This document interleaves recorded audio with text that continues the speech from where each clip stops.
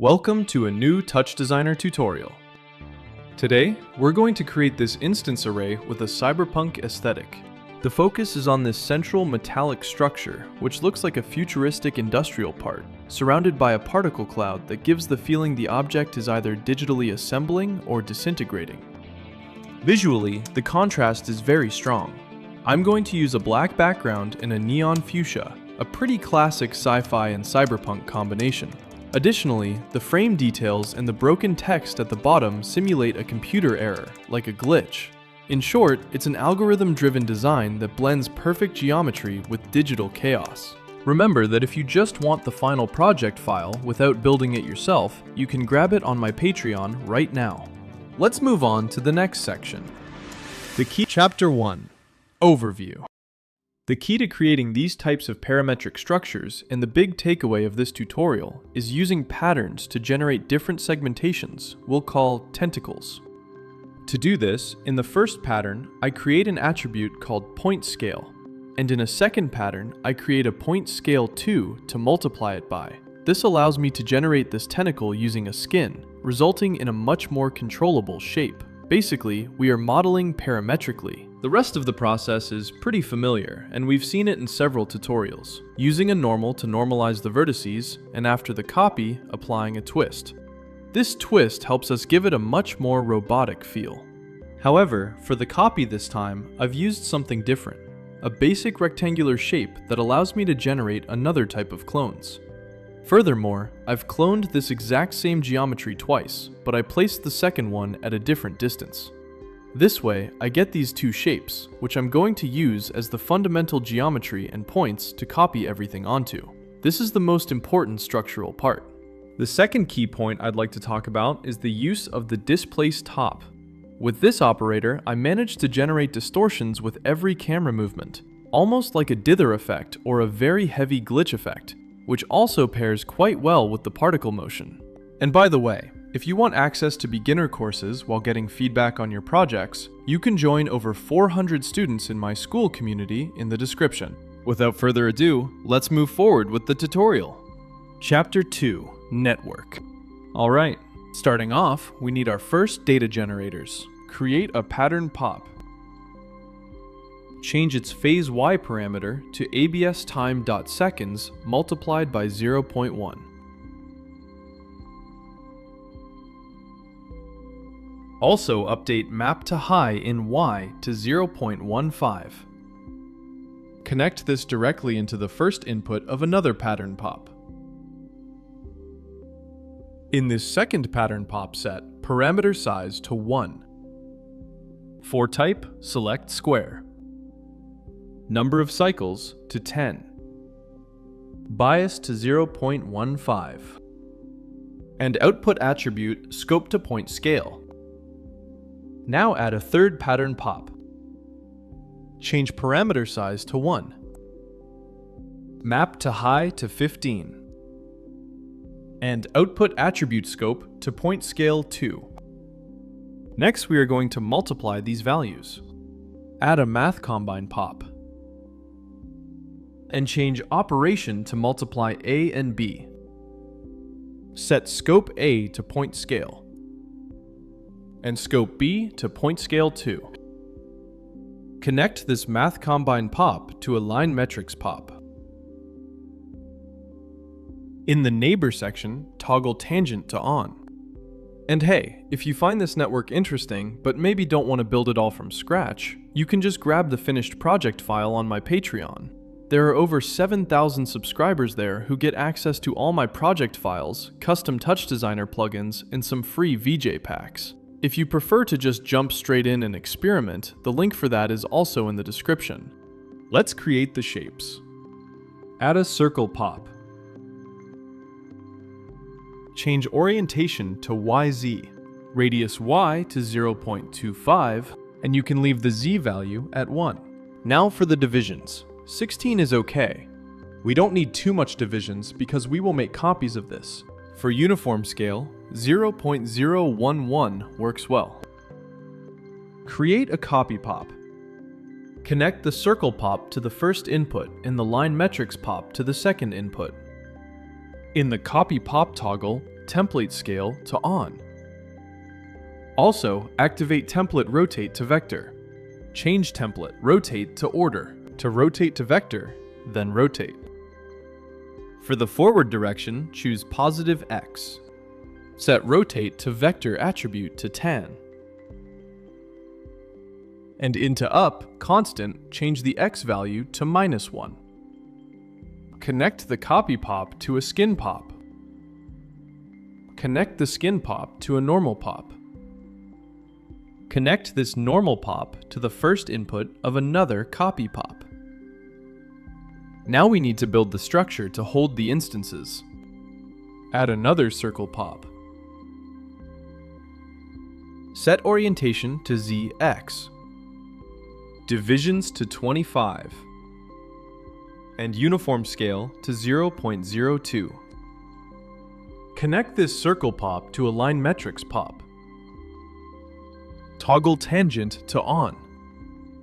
Create a rectangle pop. Set connectivity to line strips.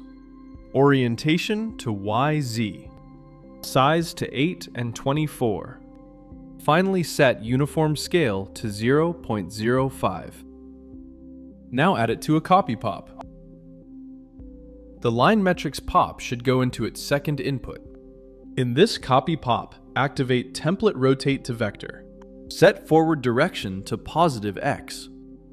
Then set rotate to vector attribute to tan. Connect this copy pop to the first input of a merge pop. Let's make a copy of this and make some small changes. In the rectangle, change the translate Y value to 1.8. Now send this into the merge pop. Connect the output of our merge pop to a new line metrics pop. Turn tangent to on. We set the line metrics to calculate tangent angles, so our copy geometry automatically aligns its rotation to face the direction of the curves. Connect this line metrics pop into the second input of the copy pop, where our normal is connected. Inside this copy pop, we need also to enable template rotate to vector. Then set forward direction to positive X. And attribute to tan. Now connect this copy pop to a twist pop. Change primary axis to Y. And set strength to 45. Create a select pop and link it to this final twist. Connect this select pop directly into a geometry comp. Inside the geometry comp, go to the X-form section and set translate Y to 0.2. Change scale to 1.5. Create a PBR material and add it to the geo. Set roughness to 0.206. Let's duplicate the select holding the twist pop to make some particles. I'll place it over here to keep things organized. Connect this into a particle pop. For this particle set, maximum particles to 500,000. Set birth rate to me.par.maxParticles to link the values. Now adjust life expect to 0.75. Change life, variance, and random seed to 1.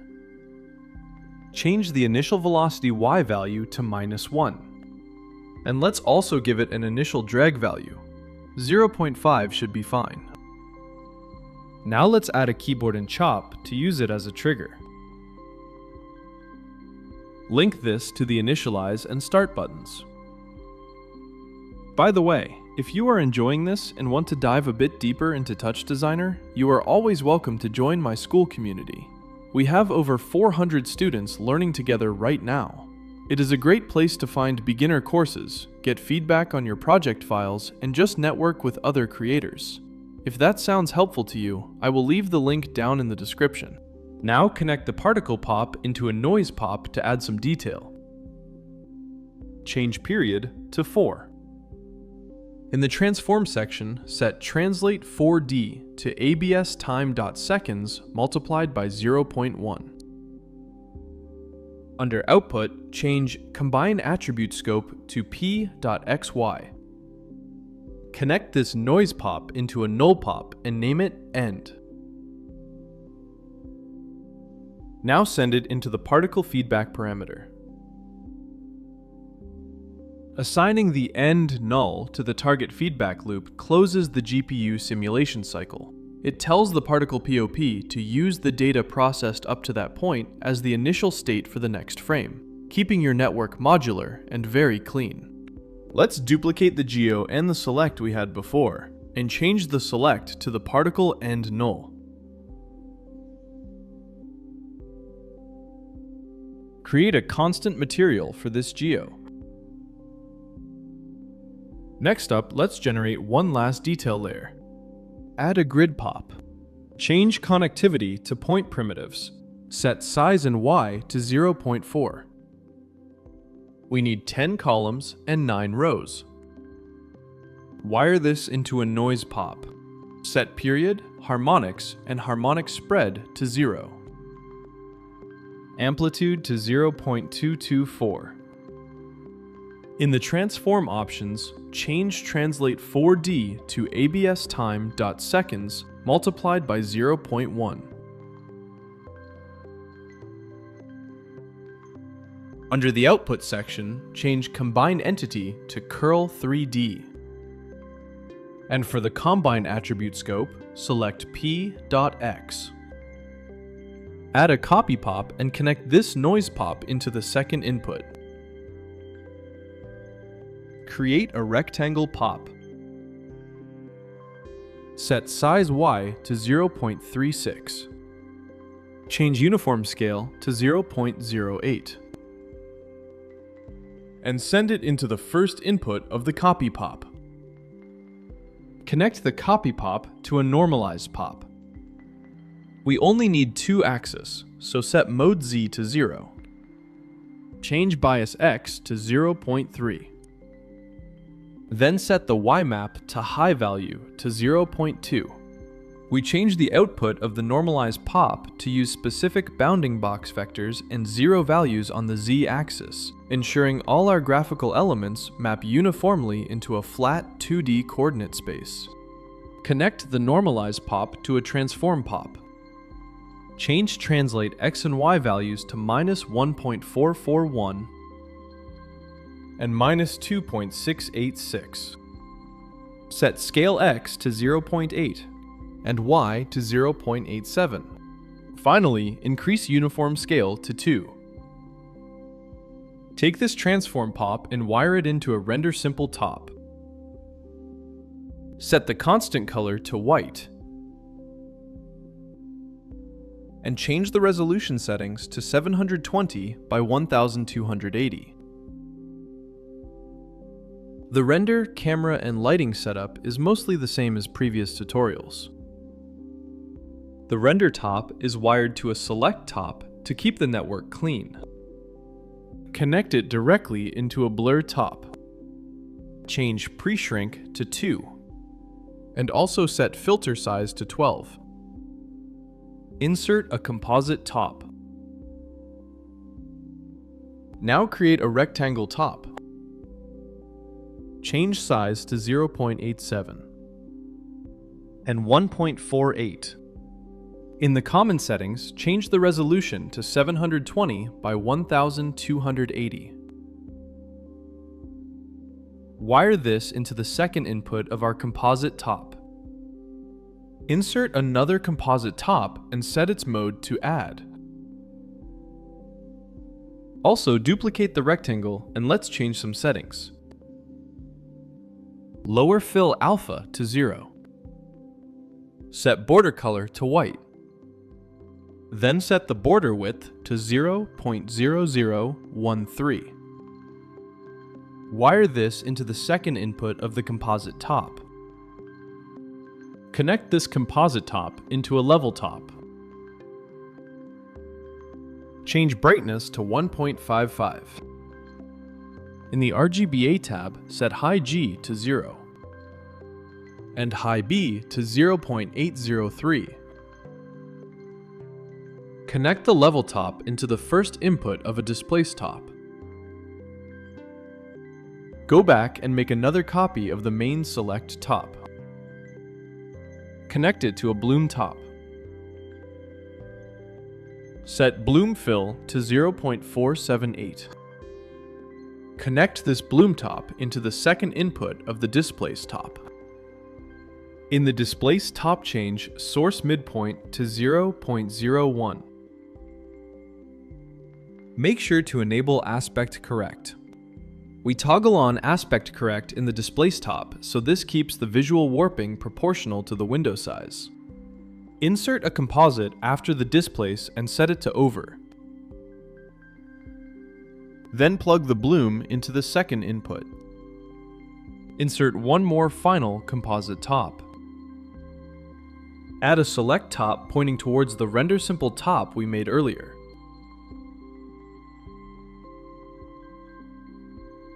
Connect it into this final composite top, and make sure the first input is the select so it's over the main image. Perfect. Now to finish, change its operation to add. Now it's done. It's really cool how the displace is blending everything together. I hope you've successfully completed this tutorial. If you enjoyed this video, don't forget to subscribe to the channel and smash the like button. If you have any questions, feel free to ask in the comments.